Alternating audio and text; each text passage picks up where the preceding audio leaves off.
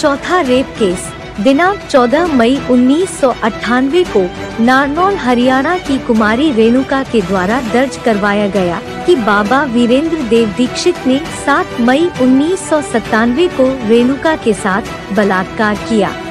विरोधी दल और भी कुछ महिलाओं को इस षड्यंत्र में शामिल होने के लिए राजी कर रहे थे, लेकिन उनका यह प्रयास जब सफल नहीं हुआ तब विरोधी दल के ही एक सक्रिय सदस्य कलकत्ता के चतुर्भुज अग्रवाल ने अपनी ही बेटी रिंकू द्वारा बलात्कार का केस दर्ज कराने का प्रयास किया, लेकिन उनका यह प्रयास भी विफल हुआ। Case number 4 Renuka.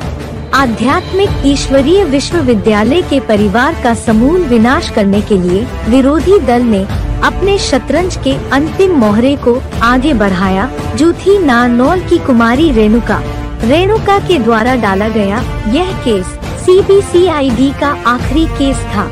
कंपिल थाने में 14 मई 1998 को आरोप पत्र दाखिल करवाया गया कि बाबा वीरेंद्र देव दीक्षित ने 7 मई 1997 को रेणुका के साथ बलात्कार किया और इसमें शांता बहन का सहयोग रहा। रेणुका ने सोचा भी नहीं था और उसको चलाने वालों ने भी सोचा नहीं था कि इस बनावटी कहानी में 1 साल का अंतर है।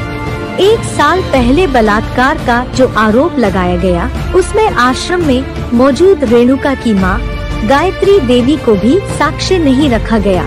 घटना के समय घटना स्थल आश्रम पर मौजूद 200-250 लोगों में से किसी भी व्यक्ति को साक्षी नहीं बनाया गया है। जब कुछ हुआ ही नहीं तो कुमारी रेणुका के पास कोई ठोस प्रूफ प्रमाण भी कहां से आएंगे। मेडिकल जांच रिपोर्ट से भी पीड़िता रेणुका के साथ बलात्कार किए जाने की पुष्टि नहीं होती है और जब यह केस लोअर कोर्ट से होते हुए अपर जनपद एवं सत्र न्यायाधीश के कोर्ट में पहुंचा दिया गया, अर्थात उस समय एक स्पेशल न्यायालय खोला गया था, तीव्र न्यायालय, जिनके क्रिमिनल केसेस को बहुत लंबा टाइम हो जाता है, उनको जल्दी खत्म किया जाए, इसलिए हाई कोर्ट के ऑर्डर पर वो नया न्यायालय खोला गया था। उस न्यायालय से दिनांक 27 अगस्त 2012 को निम्नलिखित आदेश जारी हुआ।